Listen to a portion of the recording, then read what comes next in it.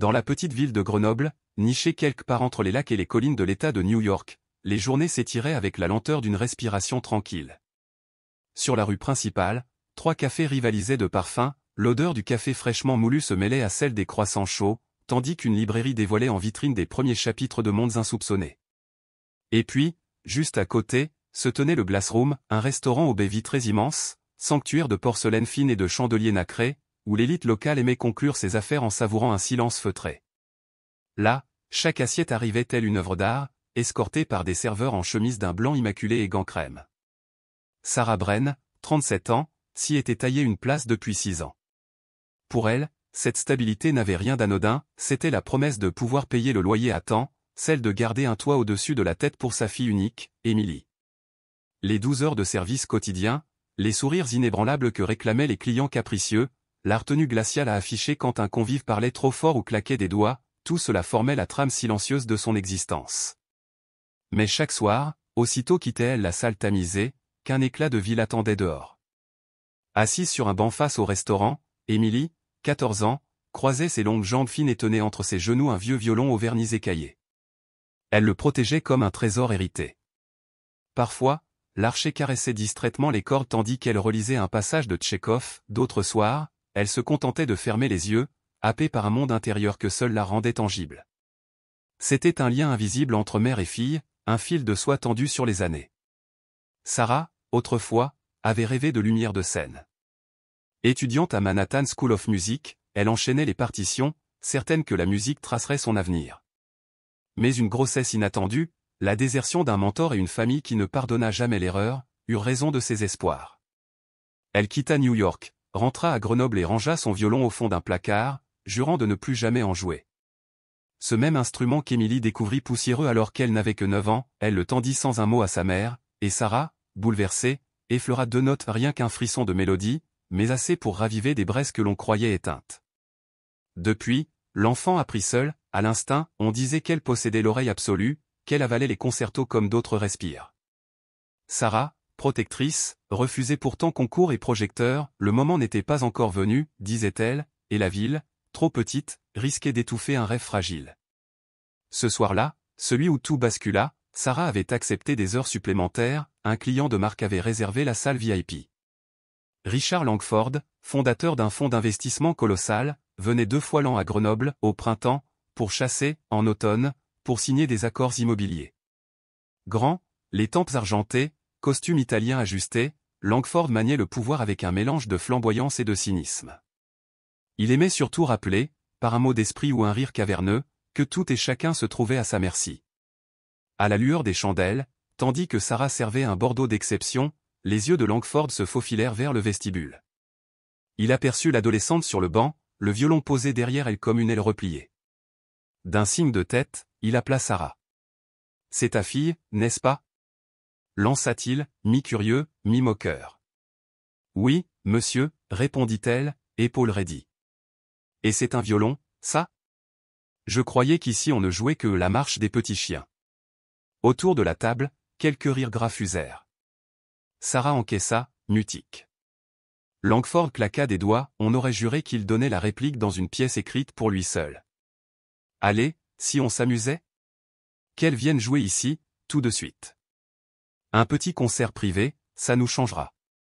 Il sortit un billet de $100, le posa sur le bord de la table, comme on jette un os à un chien. Émilie, qui avait senti les regards converger, se leva. Dans ses yeux, ni peur ni arrogance, plutôt une lucidité désarmante, la conscience qu'un carrefour s'ouvrait. Ce n'est pas la peine, Amy, murmura Sarah, la voix serrée. Je vais jouer, répondit l'adolescente. La salle, d'ordinaire rythmée par le tintement des verres, s'immobilisa. Les semelles cirées des serveurs cessèrent de claquer, même un cuisinier, curieux, poussa la porte battante. Langford s'enfonça dans son fauteuil, sourire carnassier. Émilie prit une inspiration, posa l'archet. La première note hésita, grince légère dans le silence, puis, comme un rideau qui se lève, la musique s'élança. C'était une méditation tirée de l'opéra Masetto-Besno Popam, une pièce si rare que seul un cœur familier pouvait la reconnaître. Les sons, tour à tour diaphanes et torrentiels, semblaient raconter un chemin de poussière et d'espérance, de nuits d'insomnie et de promesses murmurées. Émilie ne jouait pas seulement, elle révélait. Les nappes sonores grandissaient, prenaient à la gorge, soulevaient les souvenirs que l'on garde en secret et les offraient en plein jour. Sarah, immobile, sentit son cœur se gonfler de fierté douloureuse, la voix de son propre passé réapparaissait, transfigurée dans les mains de sa fille. Quand la dernière vibration s'éteignit, un silence dense précéda l'ovation. Les clients se levèrent, certains les larmes aux yeux. À l'écart, un homme en veste grise, tente poivre et sel, applaudissait avec une intensité qui tranchait avec la bienséance des autres. Il s'approcha aussitôt de Sarah. Thomas Règne, se présenta-t-il.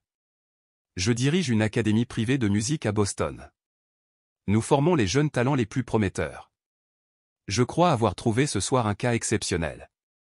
Il se tourna vers Émilie et inclina légèrement la tête, comme on salue un maître.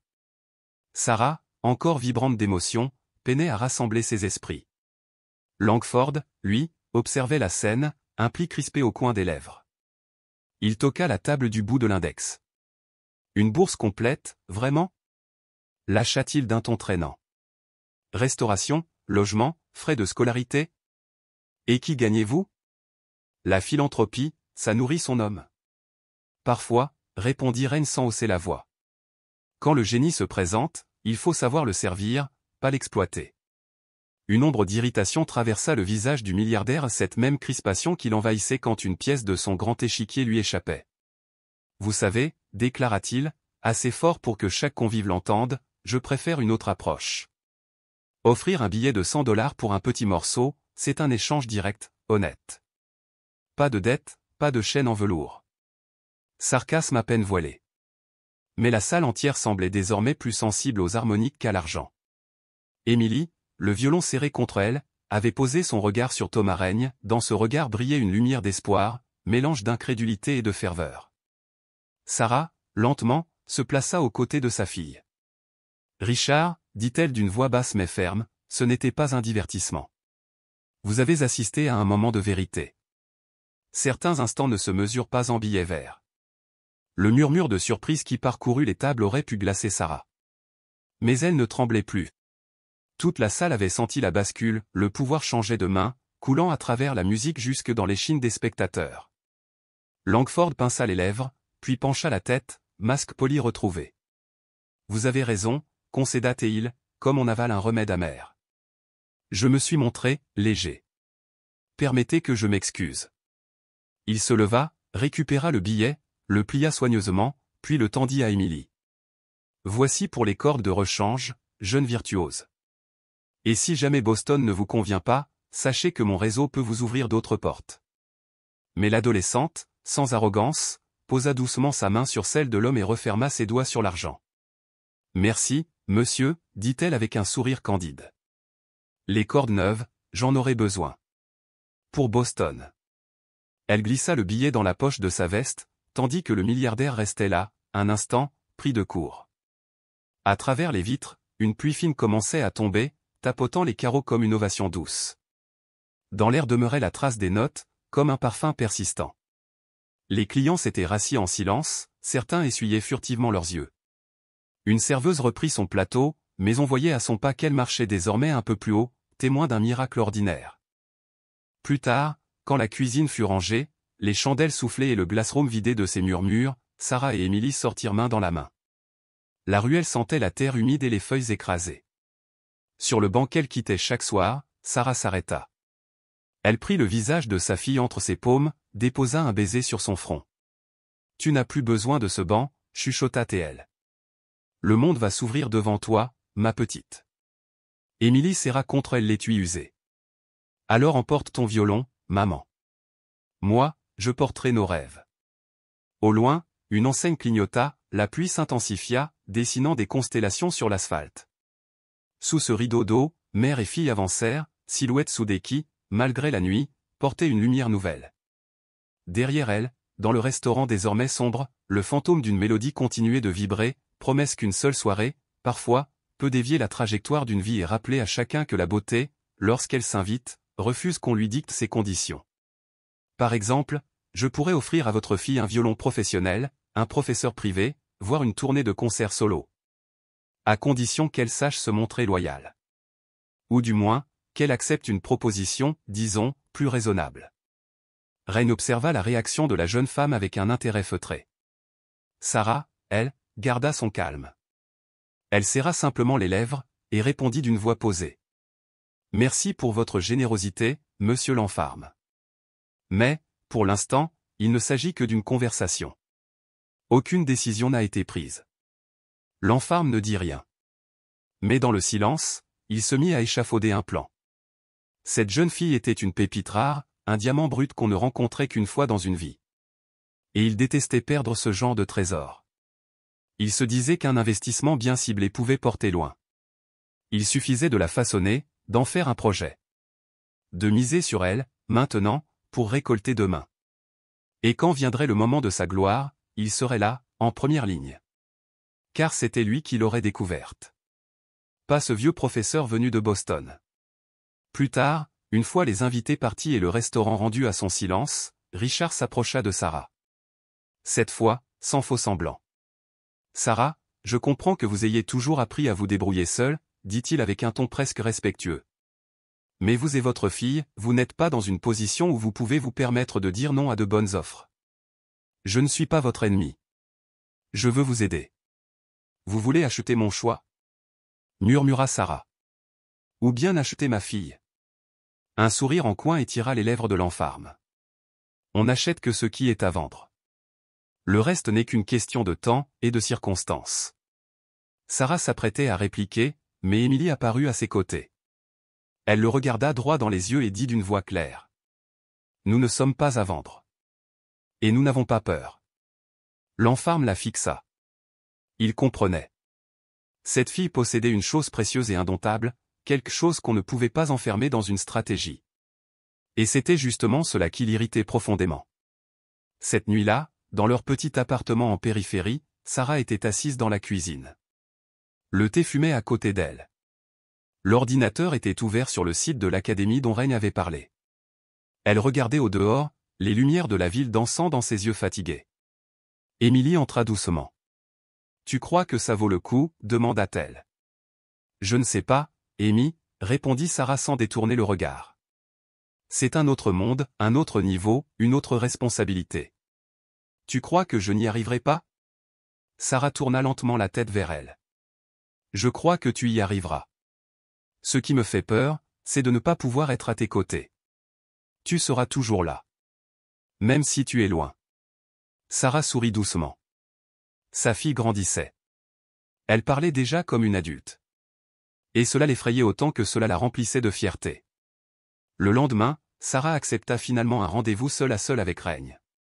Ils étaient assis dans le même restaurant, désormais désert, comme figés dans une scène suspendue de la veille. Règne était calme, attentif. « Sarah, vous avez étudié dans une école de musique, non ? J'ai fait quelques recherches. On parlait de vous comme d'un talent prometteur. J'avais une belle réputation, en effet. Mais ça n'a pas duré. Et pourtant, vous avez transmis à votre fille une connaissance qui demande normalement des décennies à acquérir. » Sarah resta un moment silencieuse, puis murmura. « Je voulais qu'elle ait quelque chose à elle. Qu'elle sache que son talent n'est pas une malédiction. Je veux lui offrir une chance, sans condition. L'académie. La bourse. Nous allons tout officialiser, dit Règne. Mais je dois vous prévenir. Ce sera difficile. Très difficile. La discipline est stricte. Et sur le plan émotionnel, encore plus rude pour ceux qui ne viennent pas du bon monde. Elle y arrivera, répondit Sarah. J'ai peur. Mais je crois en elle. Règne hocha la tête. Elle n'est pas simplement talentueuse. Elle entend la musique, la vraie. C'est rare. Lorsqu'il partit, Sarah resta assise près de la fenêtre. Elle sentait le sol se dérober, mais au fond d'elle, cette décision sonnait juste. Peut-être pour la première fois depuis des années. Pendant ce temps, Richard Ford appelait son assistant depuis sa chambre d'hôtel. Renseigne-toi sur Règne, sur l'académie, sur cette bourse. Et prépare une alternative. Je n'aime pas qu'on me retire quelque chose des mains. De sa fenêtre, il contemplait Grenoble, ce coin de monde qu'il croyait dominer. Mais voilà qu'une simple fille avait échappé à ses calculs. Et cela, il ne pouvait le tolérer. Le restaurant The Glass Room se préparait pour la grande soirée du vendredi. On installait les nouvelles serviettes, les verres étincelaient, la carte des vins avait été revue. Chaque détail comptait. Le propriétaire passa dans la salle, observa en silence, fit quelques remarques, puis se retira dans l'ombre. La ville reprenait son rythme. Il avait réservé 2 salles, une grande pour les affaires, une plus intime pour le divertissement. Son assistant avait demandé à Sarah de rester pour le service du soir, comme si sa discrétion naturelle était devenue indispensable. 3 jours s'étaient écoulés depuis la proposition de règne. Il avait envoyé un mail, avec les détails de la bourse, les pièces à fournir. Il n'insistait pas, mais attendait clairement une réponse. Sarah avait tout lu, tout imprimé, et rangé les papiers dans un tiroir. Dire oui, c'était enclencher quelque chose d'irréversible. Émilie, elle, ne posait pas de questions. Elle jouait. Tous les soirs. Avec ses écouteurs. Parfois des morceaux classiques, Vivaldi, Schubert, parfois des compositions modernes que Sarah ne reconnaissait pas mais qui la touchaient sans qu'elle sache pourquoi. Ce soir-là, Émilie arriva plus tôt au restaurant. Sarah fut surprise de la voir dans les coulisses, un étui de violon à la main. « Que fais-tu ici ?»« Rien, » dit Émilie. « Je sens que je dois être là. » À 20h, la salle était pleine. L'enfarme, tout sourire, plaisantait, savourait les plats, distribuait les pourboires. Sarah déposa un plat. « Alors, où est votre jeune star ce soir ? Pas de concert cette fois ?» Elle ne répondit rien. À cet instant, Émilie sortit de l'ombre. Son violon à la main. Elle fixa l'enfarme droit dans les yeux. « Je peux jouer, si vous le souhaitez. » Le silence s'abattit. Quelques têtes se tournèrent. L'enfarme éclata de rire. « Eh bien, 2e round. J'espère que vous êtes aussi prête que la dernière fois. » La musique de fond s'arrêta. Une tension monta, presque palpable. Émilie s'avança près de la fenêtre, baignée de lumière. Fragile et forte à la fois. Son violon était le même. Ancien, usé. Mais ses gestes, eux, étaient nouveaux, assurés, habités. Elle ne joua pas du classique. Non. Elle joua une pièce moderne. La sienne. Inspirée d'une sonate, mais totalement réinventée. C'était risqué. Mais honnête. Les premières notes tombèrent comme une pluie légère. Puis les accords s'enflèrent, s'étirèrent. La musique se fit cri. Affirmation. Émilie ne jouait pas pour séduire. Elle jouait pour exister. Je suis ici. Je sais ce que je fais. Je ne demande pas la permission. Lorsqu'elle s'arrêta, un silence pesant emplit la pièce. Pas un applaudissement. Puis, soudain, une salve timide. Puis d'autres. Et enfin, un tonnerre. Des gens se levèrent. Des sifflements. Ce n'était plus un spectacle. C'était une déclaration. L'enfarme applaudit aussi. Mais son regard n'était ni admiratif, ni ému. Il était froid. Calculateur. Quelques minutes plus tard, Reine s'approcha d'Émilie. Il tendit la main. Il n'y a plus de choix, Émilie. Tu dois partir. Ce n'est pas une demande. C'est un devoir envers ce que tu es. Émilie le regarda. Puis tourna les yeux vers sa mère. Sarah acquiesça. Demain, on commencera à préparer les papiers. J'ai déjà tout prévu, répondit Émilie. Je partirai. La nuit était tombée lorsque la salle de concert se vida enfin. Les chaises, encore vibrantes des applaudissements récents, gardaient dans leur bois le souvenir d'un miracle musical, le solo d'Émilie, 15 ans, qui avait fait taire jusqu'au plus blasé. Dans les loges, Sarah refermait la fermeture éclair de sa robe noire de serveuse, le même uniforme qu'elle portait chaque soir au restaurant de Grenoble où elle travaillait pour payer les factures. Ses mains tremblaient plus qu'elle ne l'aurait admis, la fierté d'avoir vu sa fille transcender le quotidien se mêlait à l'angoisse, cette vieille compagne obstinée. C'est alors que Lénine Moretti, mécène renommé, s'approcha. Sa silhouette longiligne se découpait dans la pénombre du couloir. « Félicitations », lâcha-t-il d'un ton sec. « Mais ce n'est pas facile, comprenez-le bien. C'est la réalité, c'est son choix. Parfois, il vaut mieux accepter une offre que regretter toute sa vie de ne pas l'avoir fait. » Il tendit une carte de visite, papier ivoire, encre noire, un numéro privé. Je peux lui offrir tout ce dont elle a besoin. L'académie, c'est bien, mais viendront ensuite la scène, les contrats, la gestion. Laissez-la réfléchir. Sarah effleura la carte du bout des doigts, puis la laissa revenir vers lui comme si elle brûlait. Sans un mot, elle tourna les talons. Dans son sillage, Moretti demeura immobile, les yeux plissés, déjà en train d'échafauder une nouvelle stratégie pour s'approprier ce qu'il venait de découvrir, un trésor rare, une virtuose en devenir. Cette nuit-là, Sarah ne dormit presque pas. Elle se leva, fit le tour de la maison au volet clos et trouva Émilie endormie sur le tapis, près du lit, blottie contre son oreiller. Le coffret du violon était entrouvert, posé à côté d'une pile de dossiers portant le sceau bleu de l'Académie de Rennes. Sur la couverture, un feuillet dépassait, un talent qu'il faut laisser s'envoler. Sarah resta là, à la contempler, se demandant si, pour la première fois depuis des années, elle pouvait cesser de craindre l'avenir. À l'aube, un silence inhabituel enveloppait la maison. Pas de pizzicato d'échauffement, pas de froissement de partition, pas même le tintement rassurant des tasses à café.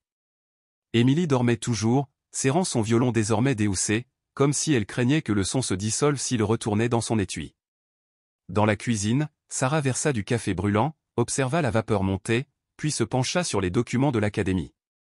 Il promettait l'impossible, bourse intégrale, logement, assurance santé et, surtout, une audition organisée après 2 ans pour Juillard à New York.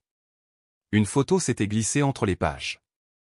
On y voyait une jeune femme aux cheveux châtains foncés, debout près d'un vieux piano, vêtue de l'uniforme de l'école de Manhattan. « C'est toi ?» demanda Émilie, qui venait d'apparaître dans l'encadrement de la porte, encore froissée de sommeil.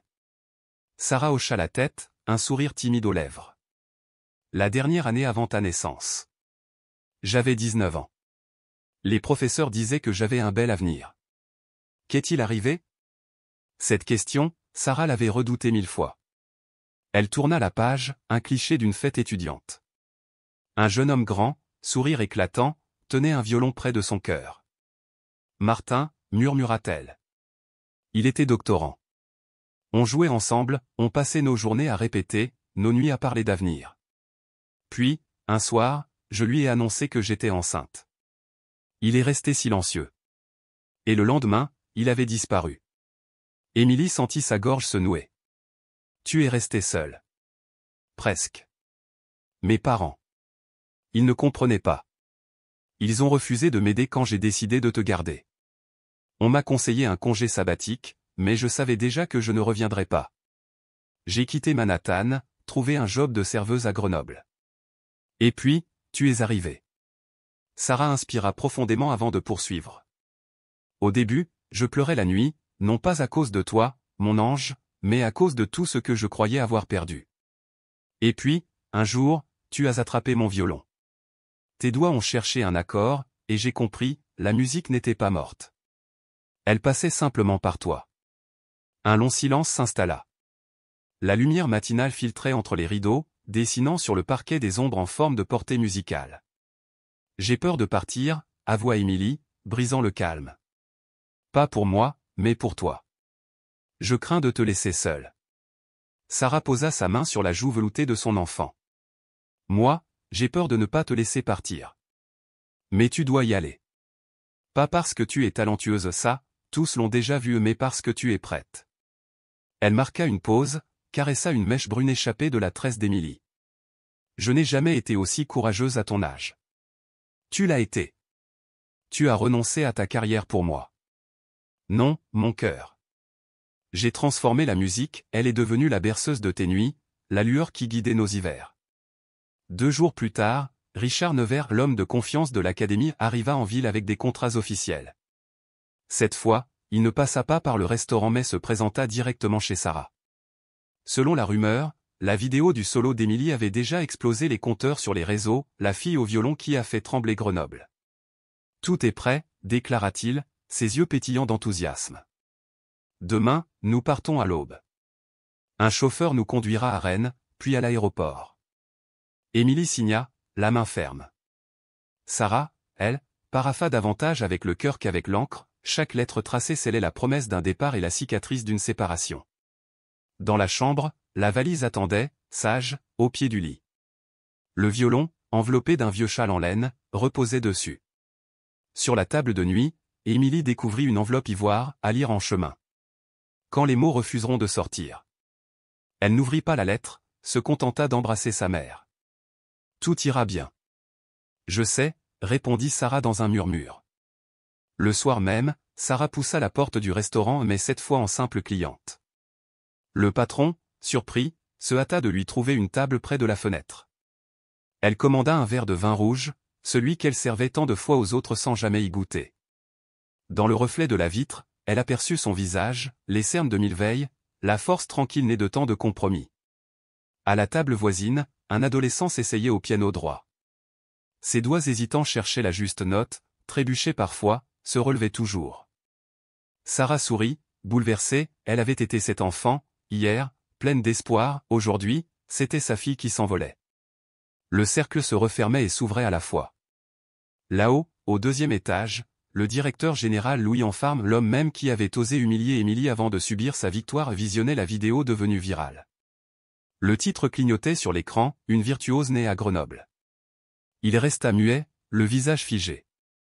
Le succès de la jeune violoniste était désormais hors de sa portée, comme une étoile glissée entre ses doigts gourds. À 4 heures du matin, le taxi ronronna devant la maison. Sarah, en robe de chambre, enveloppa Émilie dans un dernier câlin, grave et brûlant comme un accord final. « Souviens-toi, chuchota-t-elle, que ta musique est plus forte que le silence des autres. Si la peur te serre, joue. Si la solitude te pique, joue. Si la gloire te tente, joue encore pour toi, pas pour eux. » Émilie hocha la tête, les yeux humides mais déterminés. Elle s'engouffra dans la voiture. Le chauffeur démarra. Derrière la vitre, Sarah agita la main jusqu'à ce que les phares disparaissent au tournant de la rue Lamartine. Le jour se leva sur Grenoble dans un éclat rose d'été. Sarah rentra, fit couler un café, puis plaça le disque usé de « Méditation de Taï » sur la petite platine qu'elle ressortait pour les grandes occasions. La maison résonna d'une musique fragile et sublime. Dans cet instant suspendu, elle ne sentit ni manque ni regret, seulement la certitude tranquille qu'elle venait de libérer un oiseau rare dont le chant remplirait bientôt le ciel de quelqu'un d'autre. Et, quelque part entre Rennes et Paris, dans un train lancé à pleine vitesse, Émilie ouvrit enfin l'enveloppe. La lettre tenait en 3 lignes, tracées au crayon. « Ma chérie. J'ai chanté pour toi quand tu ne savais pas encore parler. Chante pour moi maintenant, plus loin que je ne pourrai jamais aller. Et quand tu fermes les yeux, souviens-toi, ma main tient toujours la tienne. » Les larmes roulèrent sur ses joues, légères comme des notes staccato. Elle ferma le papier, serra son violon contre sa poitrine, et regarda le paysage défiler ville, champs, rivière comme une partition que la vie lui demandait de jouer pour la première fois seule, mais jamais sans écho. Il appuya sur le bouton de son téléphone d'un geste sec. « Préparez-moi une liste de projets musicaux porteurs pour les jeunes. Et dites aux avocats que je ne veux plus jamais entendre parler de l'âne dans cette histoire. » À l'aéroport de Tirana, en Albanie, il était 6 heures du matin. Le hall était presque vide, silencieux, comme suspendu entre la nuit et l'aube. Émilie s'installa près d'une baille vitrée, le regard perdu sur le tarmac où, au loin, des véhicules de guidage glissaient lentement, tels des lucioles disciplinées. Entre ses mains, elle tenait une enveloppe déjà froissée, une lettre de sa mère. Elle ne l'avait pas encore ouverte. À côté d'elle, un vieux violon dans un étui élimé et une petite valise, tout ce qu'elle possédait pour sa nouvelle vie tenait dans ses bras. Thomas Rennes, assis à quelques mètres, lisait un dossier imprimé à la lueur pâle du matin. À ses côtés, Kate, sa jeune assistante, répondait à une avalanche de messages sur son téléphone. Personne ne pressait Émilie. Le vol n'était prévu que dans 40 minutes. Elle pouvait encore exister dans cet entre-deux, dans ce silence rempli d'échos. Elle ouvrit enfin la lettre. Émilie, si tu lis ceci, c'est que tu es déjà partie. Probablement, à cet instant, je suis dans la cuisine en train de boire un café, et j'essaie de ne pas pleurer. Tu as sûrement l'air calme, comme toujours. Mais je te connais, tu as une tempête à l'intérieur, tu sais juste mieux que moi la cacher. Tu es plus forte que je ne l'étais à ton âge. Plus vrai. Tu n'as pas peur d'avancer, et je suis tellement fier de toi. Souviens-toi que la musique, ce n'est pas la scène. C'est toi. C'est ta vérité. Ne laisse jamais les attentes des autres te déformer. Et si un jour tu perds une note? Souviens-toi que je suis là. Peut-être pas physiquement, mais dans chaque souvenir que tu portes en toi. Avec tout mon amour. Maman. Émilie referma la lettre. Les larmes lui montèrent aux yeux. Mais un sourire naquit aussi, fragile, sincère. Un sourire de ceux qu'on offre aux absents. L'Académie Rennes se trouvait dans la banlieue tranquille de Boston. Installée dans un ancien bâtiment de briques rouges, coiffée d'une tour qui avait autrefois abrité une bibliothèque, elle dégageait une aura à la fois solennelle et poétique. Les escaliers en pierre, les plafonds hauts, les murs insonorisés. Ici, même l'air semblait vibrer au rythme de la musique.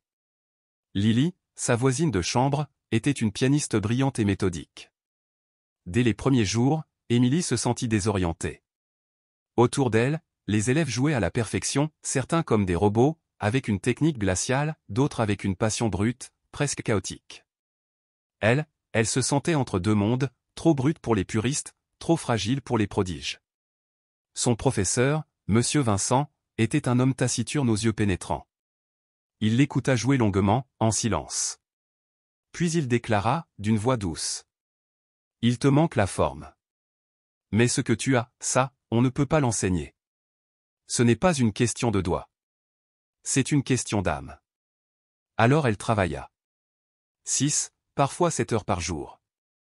Jusqu'à ce que ses doigts brûlent, jusqu'à ce que ses larmes tombent sur les cordes. Elle doutait. Elle faillit abandonner. Mais à chaque moment de faiblesse, elle repensait aux mots de Sarah. C'est ta vérité. Et elle reprenait l'archet. 6 mois plus tard, c'était le concert d'hiver. Un moment attendu, redouté. Émilie était programmée en dernier. Une décision de reine. Comme un point final, ou peut-être une mise à l'épreuve. Dans les coulisses, elle portait une robe noire que Lily lui avait aidé à choisir. Elle entra sur scène, seule, son violon à la main. Pas celui qu'on lui avait prêté à son arrivée, non. Celui-ci était le sien. L'ancien. Le vieil instrument éraflé qu'elle avait conservé dans sa chambre, comme un talisman. Dans la salle, les professeurs, les mécènes, les producteurs. Des visages tendus, avides, curieux. Elle ne chercha pas leurs yeux. Elle joua. La pièce qu'elle interpréta était la sienne. Sa propre composition. Le morceau s'ouvrait sur un thème simple, que Sarah lui jouait autrefois dans leur petit appartement au-dessus du restaurant.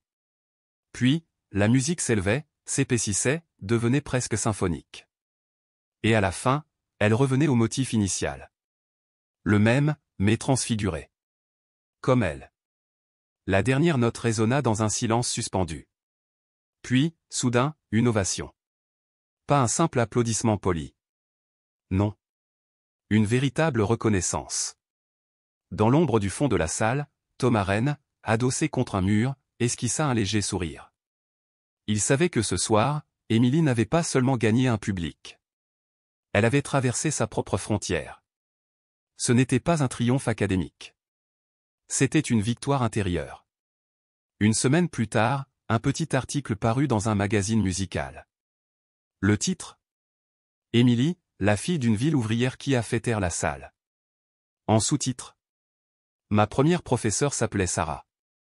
Elle était serveuse. Mais c'est elle qui m'a appris à entendre la musique. Sarah lut l'article dans un café presque vide. Lorsqu'elle vit son nom, les larmes lui montèrent aux yeux.